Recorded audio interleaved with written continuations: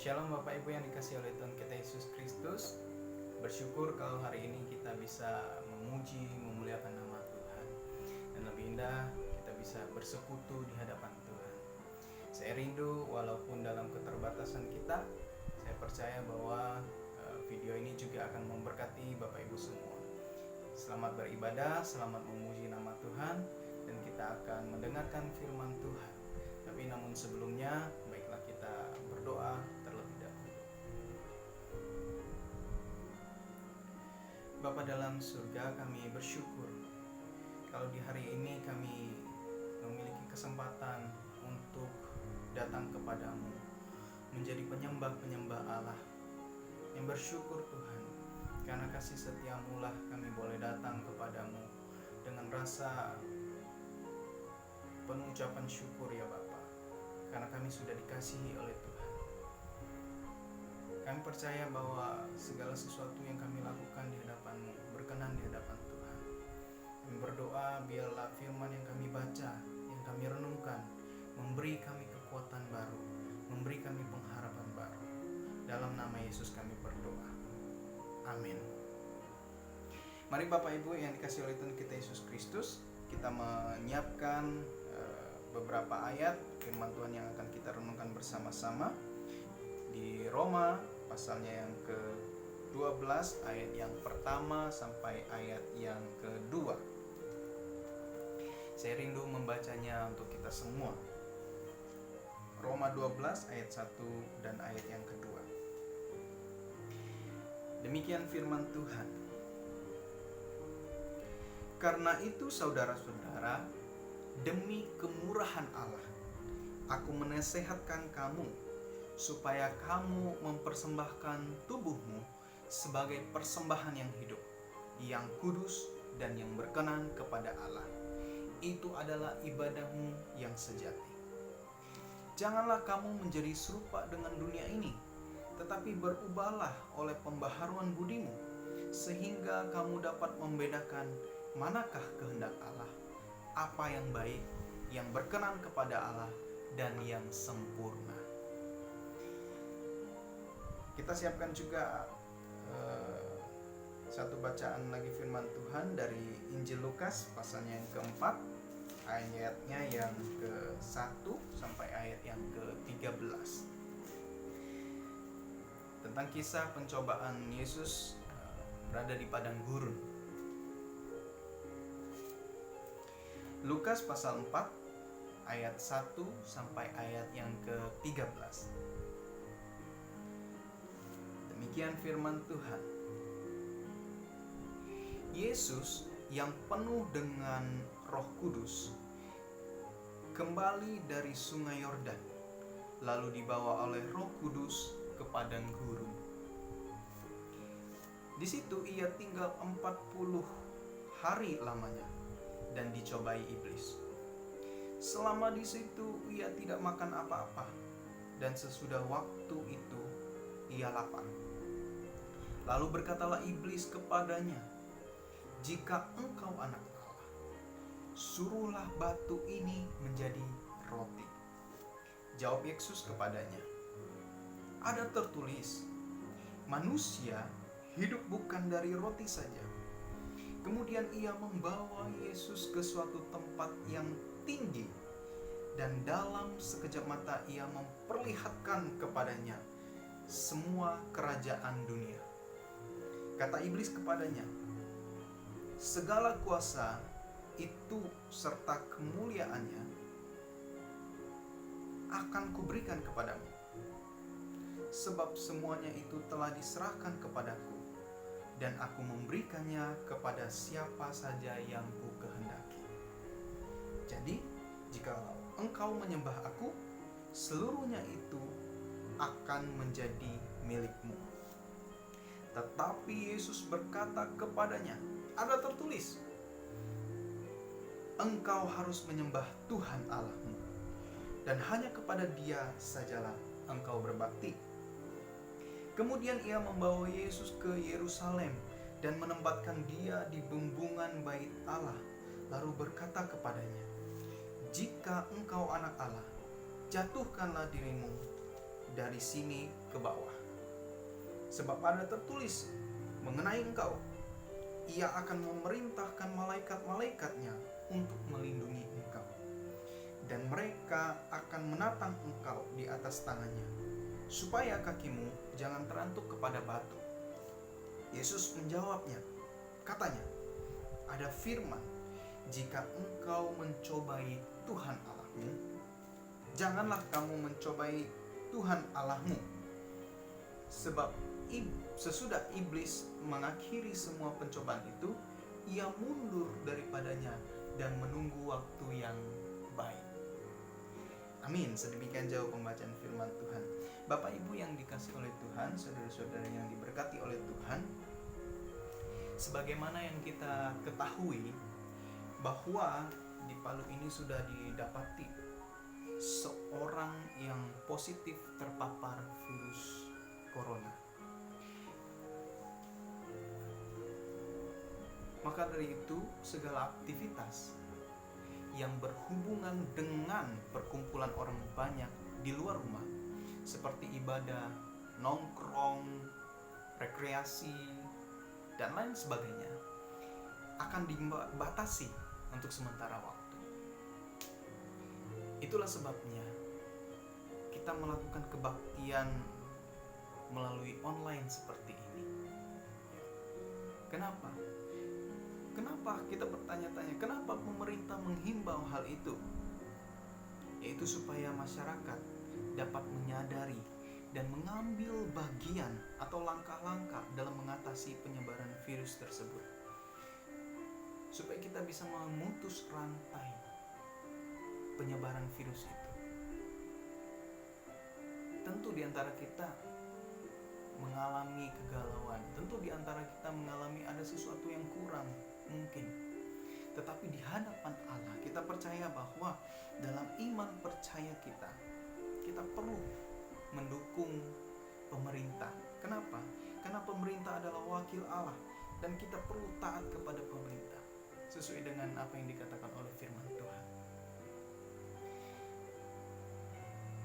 Sembari itu, sebagai anggota tubuh Kristus, seharusnya kita tidak perlu saling menghakimi, apalagi kita saling menghujat, saling menjatuhkan, saling berdebat dengan hal-hal yang menurut hemat saya tidak layak dilakukan oleh anak-anak Tuhan.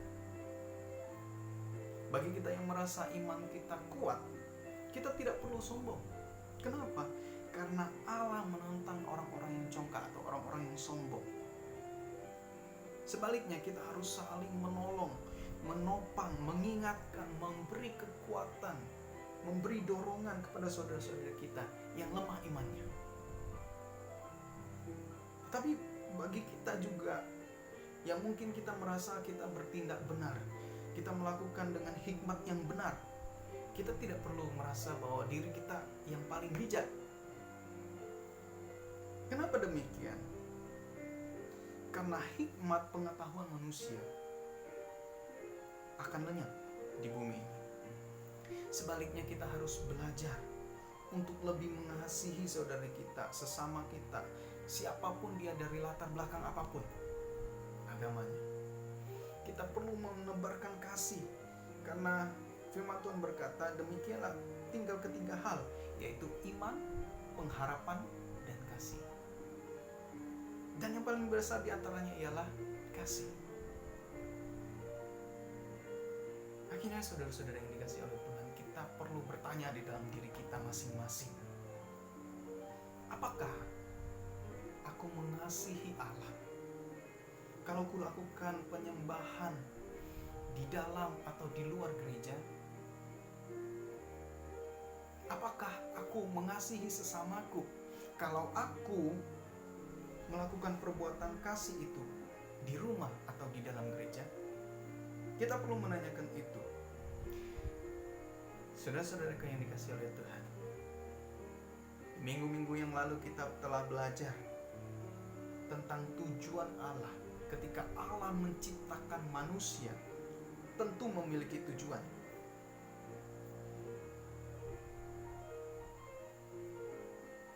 Kita telah belajar banyak hal. Kita telah masuk pelajaran yang pertama, bahwa ketika Allah menciptakan manusia, yaitu Allah ingin bahwa kita itu menjadi kesenangannya. Allah itu senang. Kenapa demikian? Karena Allah adalah kasih. Dia sungguh mengasihi kita. Ketika Dia menciptakan kita, Dia ingin mengasihi kita. Dia sangat mengasihi kita. Allah ingin juga kita membalas kasih-Nya itu.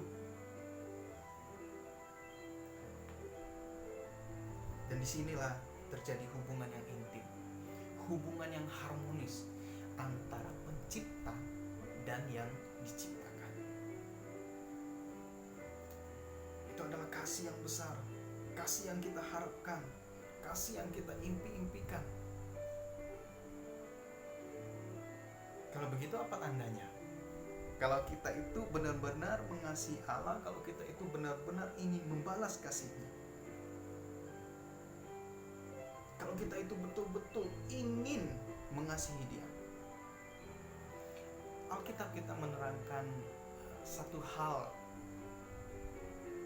dengan satu kata, yaitu tentang penyembahan. Kita dijadikan Allah untuk menjadi penyembah-penyembahnya. Tetapi sayang sekali, kata penyembahan ini sudah jauh maknanya dari makna yang sesungguhnya. Kita pikir mungkin penyembahan itu adalah ketika saat kita menaikkan pujian di hadapannya, saat kita nyanyi-nyanyi, saat musiknya sudah mulai, saat kita menangis-nangis, tetapi tanpa sebab. Mungkin itu yang kita pikirkan tentang kata penyembahan. Kita pikir kalau nanti kita ada di ruangan yang ber-AC, gedung yang ber-AC, gedung yang mewah, baru kita bisa melakukan penyembahan dengan tenang, dengan nyaman. Itu yang disebut penyembahan. Tidak, saudaraku, bukan itu. Kita perlu bertanya kepada Tuhan, apakah Tuhan disenangkan dengan hal itu atau tidak?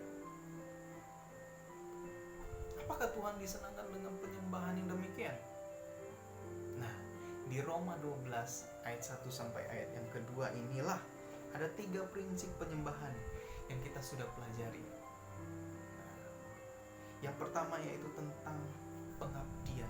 Kalau kita menyembah Tuhan, kalau kita mengasihi Tuhan, kalau kita belajar mengasihi Tuhan, berarti harus dilakukan dengan prinsip yang pertama, yaitu tentang pengabdian. Pengabdian yang bagaimana maksudnya? Pengabdian adalah penundukan diri kita di hadapan Tuhan. Kita ini adalah hamba-hambanya Tuhan. Minggu lalu kita sudah belajar tentang pengabdian, toh? Kita sudah belajar bahwa kita perlu melakukannya dengan kerelaan, kita perlu melakukannya dengan ketulusan, kita perlu melakukannya dengan utuh. Itu penyembahan di hadapan Tuhan. Bukan soal gaya, bukan soal bentuk, tapi soal sikap hati. Sikap hati yang bagaimana? Ketundukan kita, pengabdian kita kepada Tuhan dengan sungguh-sungguh.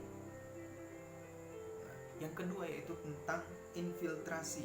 Apa maksudnya infiltrasi?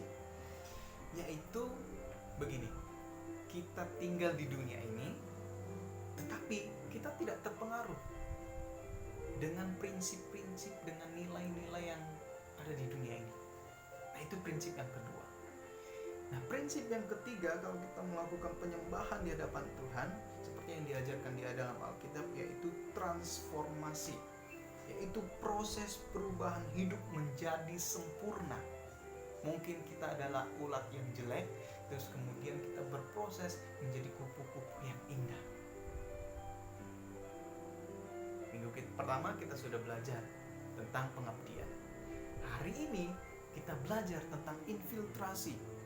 Apa maksudnya? Saya ulangi bahwa kita tinggal di dunia, tetapi kita tidak terpengaruh oleh prinsip-prinsip atau konsep-konsep atau nilai-nilai yang ada di dunia ini.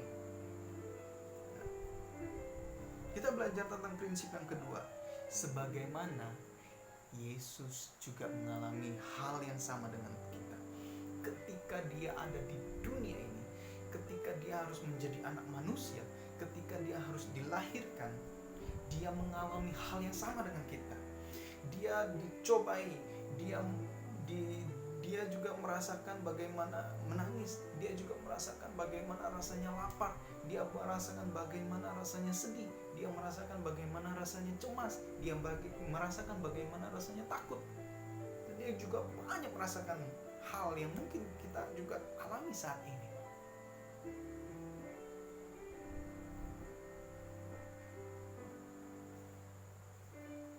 Maka kalau kita lihat di dalam Injil Lukas pasal yang keempat ayat 1 sampai ayat 13 yang kita baca tadi, bahwa Yesus digodai dengan 3 konsep dunia atau 3 nilai-nilai dunia yang sering juga mempengaruhi kita sehingga kita tidak bisa melakukan penyembahan kepada Allah, sehingga kita terpengaruh oleh apa yang diajarkan, oleh apa yang dilakukan oleh dunia ini. Tuhan tidak bilang bahwa kita harus membenci orang-orang yang di dunia, tetapi kita harus mengasihi mereka. Yang Allah tentang, yang Allah tidak perkenan adalah kita terpengaruh oleh konsep-konsep dunia ini, oleh nilai-nilai dunia ini. Mari kita lihat satu persatu ya. Yang pertama yaitu kerakusan. Nah, Yesus secara manusia ketika dia dicobai, ada di padang gurun, ketika dia berpuasa, dan tentu dia mengalami kelaparan yang sangat luar biasa 40 hari ya. Siapa yang bisa melakukan itu?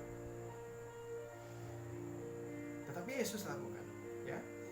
Tetapi apakah karena kebutuhan makanan akan memaksa Yesus untuk bertindak makan sebanyak-banyaknya sebagai ganti segala sesuatu usaha jerih payah dia melewati segala risiko kematian karena berpuasa? Saya rasa tentu tidak. Yesus tidak mau menuruti apa yang ditawarkan oleh si iblis. Yesus tidak mau melakukan hal kerakusan karena dia lapar. Terus kemudian karena dia lapar maka dia perlu makan sebanyak-banyaknya, mengubah roti itu menjadi makanan, mengubah batu itu menjadi makanan, menjadi roti. Tidak. Kenapa? Karena menurut Yesus bukan hanya tubuh jasmani kita ini saja yang perlu dikenyangkan, namun juga tubuh rohani kita juga perlu mendapatkan perlakuan yang sama gitu loh. Maka dari itu, kalau kita lihat dalam kondisi-kondisi kita saat ini, ketika kita mengetahui bahwa ada satu orang yang sudah terjangkit, ada satu orang yang sudah kena virus corona dan positif, membuat kita mungkin cemas, membuat kita mungkin menjadi khawatir ya. Tetapi kita tidak perlu bersikap rakus, Bapak Ibu. Kita tidak perlu bersikap berlebihan dengan menimbun banyak makanan di rumah untuk memenuhi ego kita. Melainkan kita perlu bersikap sewajarnya, ya, sehingga kita bisa menyenangkan Allah. Nah, gaya penyembahan ini, sikap hidup seperti inilah yang dibutuhkan oleh Allah. Allah mau melihat kita menjadi berkat bagi orang lain. Kita tidak perlu rakus, kita tidak perlu bersikap berlebihan sehingga orang lain menjadi kekurangan, sehingga orang lain menjadi khawatir. Kita tidak menjadi berkat kalau demikian. Allah inginkan kita ketika kita menjadi penyembah Allah, ketika kita mau menyenangkan Allah, ketika kita bilang kita mau mengasihi Allah, kita jangan terpengaruh oleh konsep dunia ini yang penuh dengan kerakusan, ketamakan. Ayo silakan ambil saja sebanyak-banyaknya, keruk saja sebanyak-banyaknya, timbun saja sebanyak-banyaknya. Tidak. Kita perlu bersikap sewajarnya. Menjadi orang-orang yang percaya kepada Tuhan, kita perlu melakukan penyembahan kita yang sungguh. Bukan nanti ketika kita naikkan pujian, bukan nanti ketika kita bernyanyi, bernangis, bukan juga nanti ketika kita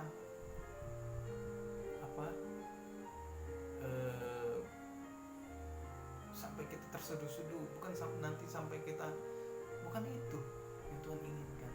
Yang Tuhan inginkan kita memiliki sikap yang sungguh-sungguh, sikap yang benar di hadapan Tuhan, sikap hidup yang mau berbagi kepada orang yang membutuhkan, bukan malah rakus. Ingat, rohani kita juga penting. Jangan hanya menginginkan diri sendiri, jangan hanya mau ego diri sendiri. Itu yang pertama. Kita belajar banyak dari Tuhan Yesus. Yang kedua, Yesus juga digodai, Yesus juga dipengaruhi ya oleh konsep dunia tentang kenyamanan, fasilitas. Tetapi Yesus tidak tergoda. Yesus tidak terpengaruhi. Inilah penyembahan yang sempurna. Kita lihat ya. Nah, ketika Yesus dibawa oleh si jahat atau si iblis naik ke tempat yang tinggi, terus kemudian melihat seluruh yang ada di dunia ini, segala kekayaan, segala harta kemewahan yang ada di dunia ini, iblis menawarkan kepada Yesus, semua itu akan kuberikan samamu, tapi kalau engkau menyembahku. Dan Yesus menjawab dengan tegas, engkau harus menyembah Tuhan Allah. Ya? Apa maksudnya? Apa yang Yesus lakukan? Yesus tidak terikat oleh sesuatu, oleh karena keinginan yang lain ketika dia melakukan penyembahan di Allah. Yesus tidak ada motivasi yang lain selain berbakti sungguh-sungguh kepada Bapa, melakukan tugas dan pelayanannya, bukan karena kenyamanan, bukan karena kemewahan, bukan karena apapun yang ditaruhkan oleh dunia, bukan karena fasilitas. No, Yesus tidak demikian. Nah, maka kita sebagai orang-orang yang percaya Tuhan, komunitas orang-orang yang percaya Tuhan, hendaknya penyembahan kita tidak hanya untuk kepentingan diri sendiri semata, tidak hanya untuk memenuhi jiwa kita, tidak hanya untuk ketentraman, kenyamanan batin kita, bahkan juga fasilitas-fasilitas yang ada. Nah, bukan itu. Bukan hanya untuk diri kita sendiri. Ya, kita menyembah Allah karena kita bersyukur. Bersyukur kenapa? Karena Allah sudah mengasihi kita, karena Allah sudah mencintai kita. Maka kita perlu membalas cintanya, bukan karena hal yang lain, bukan karena kita merasa nyaman, jiwa kita ditenangkan, kita menjadi senang. Enggak, bukan itu. Kalau kita mau menyembah Tuhan, bukan karena fasilitas, bukan karena sesuatu. Kenapa? Karena Allah sudah mengasihi kita, maka kita bersyukur di hadapan Tuhan dan kita mau menyembah Dia. Itu yang kedua. Yesus memberikan contoh yang sangat luar biasa. Bukan karena fasilitas yang ditawarkan oleh si iblis yang ada di dunia ini. No, tidak. Tetapi Yesus memberikan contoh dan teladan bagi kita. Dia adalah tidak mempunyai motivasi yang lain selain baktinya yang sungguh kepada Bapa. Yang ketiga, yang sering sekali mempengaruhi kita, yaitu tentang keangkuhan.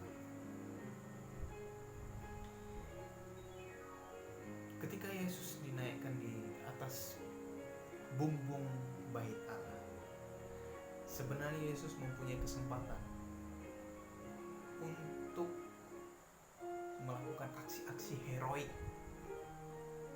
Yesus bisa menjadi superhero. Kenapa?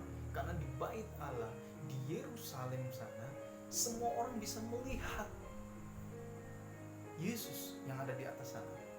Dan Yesus bisa melakukan aksi bahwa Dia adalah yang paling luar biasa. Ya, Dia lebih beriman, lebih bijak.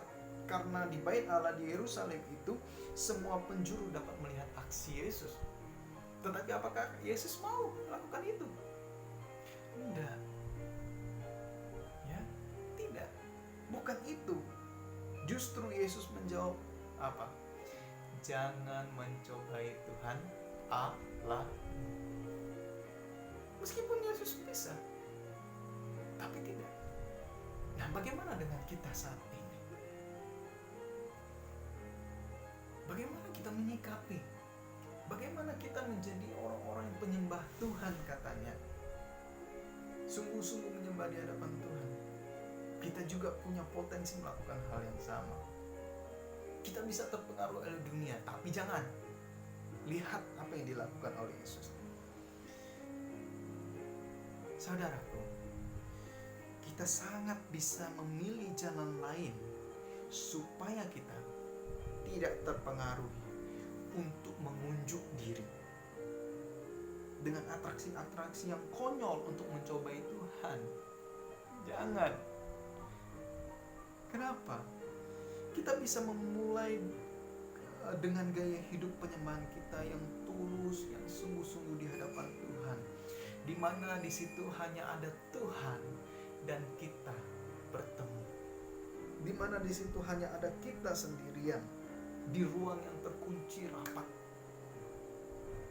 sehingga disitulah terjadi hubungan yang harmonis, sehingga terjadi yang namanya penyembahan yang sejati di hadapan Tuhan. Bukan nanti kalau kita bisa melakukan ibadah di dalam gereja, bukan nanti ketika kita melakukan sesuatu kita katakan bahwa kita paling benar. Bukan itu. Bukan itu yang Yesus inginkan.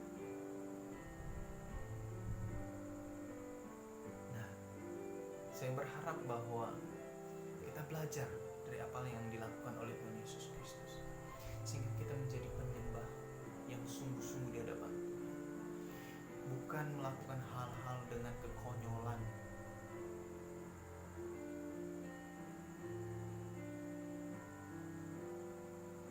Kiranya sabda Tuhan memberikan kita pengertian lebih jauh dari apa yang kita mengerti.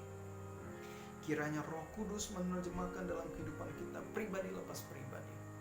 Saya berharap biarlah firman Tuhan hari ini memberi kekuatan kita, sehingga kita tidak terpengaruh oleh apa yang dilakukan oleh dunia ini. Apa? Sikap kerakusan, sikap untuk mencari kenyamanan fasilitas kita, mencari ketenangan diri kita sendiri, sikap keangkuhan yang kita tunjukkan, tetapi bukan penyembahan yang sejati. Amin. Tuhan Yesus memberkati kita semua. Saya rindu berdoa untuk Bapak Ibu semua, dan kita berdoa bersama-sama. Tuhan Yesus, kami bersyukur, terima kasih. Kami manusia yang terbatas, tetapi kami percaya bahwa Allah tidak terbatas. Biarlah kami belajar dari kisah firman yang telah kami baca, yang kami renungkan. Tuhan Yesus, Engkau mengajarkan kami banyak hal untuk menyikapi, melihat kembali penyembahan kami yang sungguh di hadapan Tuhan, mengintrospeksi diri kami ya Tuhan. Apakah kami sungguh-sungguh menjadi penyembah-penyembah Allah? Apakah kami mengasihi Allah? Kami mau belajar ya Bapak, untuk lebih sungguh lagi. Biarlah firman-Mu ini memberi kekuatan baru dalam hidup kami. Dan kami berdoa biarlah kami ditenangkan oleh Tuhan. Kami diberi kekuatan yang baru oleh Tuhan, melihat pengharapan-pengharapan yang baru bersama-sama dengan Tuhan. Jangan bawa kami ke dalam pencobaan Tuhan, karena kami percaya Tuhan akan melepaskan kami dari segala yang jahat. Tapi kami tidak mau bertingkah konyol. Kami mau melakukannya sungguh-sungguh di hadapan Tuhan. Terima kasih Bapa, yang berdoa untuk jemaat-jemaat Tuhan, dimanapun mereka berada, yang saat ini mendengarkan firman Tuhan, yang berdoa untuk keluarga mereka ya Bapa. Lindungi dan jagai mereka semua. supaya mereka terus mengandalkan Tuhan dalam kehidupan mereka. Yang percaya kami terbatas, tetapi Roh Allah sendiri tidak terbatas. Engkau sanggup melakukan segala sesuatu yang baik, mendatangkan kebaikan bagi kami. Terima kasih Bapa. Biarlah di minggu depan kami juga boleh bersumpah kembali, dan kami boleh mendengarkan firman dan sabdamu kembali. Terima kasih Bapa. Yang berdoa, biarlah segala sesuatu diberikan kelegaan oleh Tuhan. Dalam nama Yesus Kristus, Allah yang hidup, kami berdoa. Amin. Ya, Bapak Ibu yang dikasihi oleh Tuhan kita Yesus Kristus, ibadah kita selesai. Tuhan Yesus memberkati kita semua. Selamat hari Minggu. Tetapi saya mau menyampaikan beberapa hal untuk kita semua. Ya, kita bisa berjumpa kembali nanti di minggu depan masih dalam seri tentang kita menyembah Tuhan. Tetapi kita harus mengalami transformasi. Saya akan membuat renungan setiap harinya untuk kita bisa renungkan bersama-sama. Inilah saat yang tepat bagi kita bisa melakukan penyembahan di hadapan Tuhan sungguh-sungguh. Kita bisa memiliki waktu. Kalau kita tidak punya waktu untuk baca firman, sekarang kita dikasih waktu untuk bisa baca firman dan doa bersama-sama. Dan kalau kita tidak punya kesempatan untuk bisa bersekutu, kita bisa bersekutu di dalam keluarga kita. Nah, saya rindu bahwa setiap hari saya akan memberikan renungan kepada kita. Ya, kita bisa renungkan bersama-sama dengan keluarga, seperti hal yang kita lakukan pada minggu kemarin tentang tentang pengabdian. Kita belajar setiap hari selama 6 hari kita belajar renungan tentang pengabdian. Ya, sama seperti sekarang ini kita belajar tentang infiltrasi. Kita tidak terpengaruh oleh nilai-nilai dunia dengan gaya penyembahan kita. Maka nanti mulai dari Senin, Selasa, Rabu, Kamis, Jumat, dan Sabtu kita juga merenungkan tema firman Tuhan yang sama, yaitu tentang infiltrasi. Ya. Saya percaya bahwa Bapak Ibu juga akan terberkati melalui setiap renungan-renungan ke depan. Tuhan Yesus memberkati kita semua. Selamat hari Minggu. Shalom.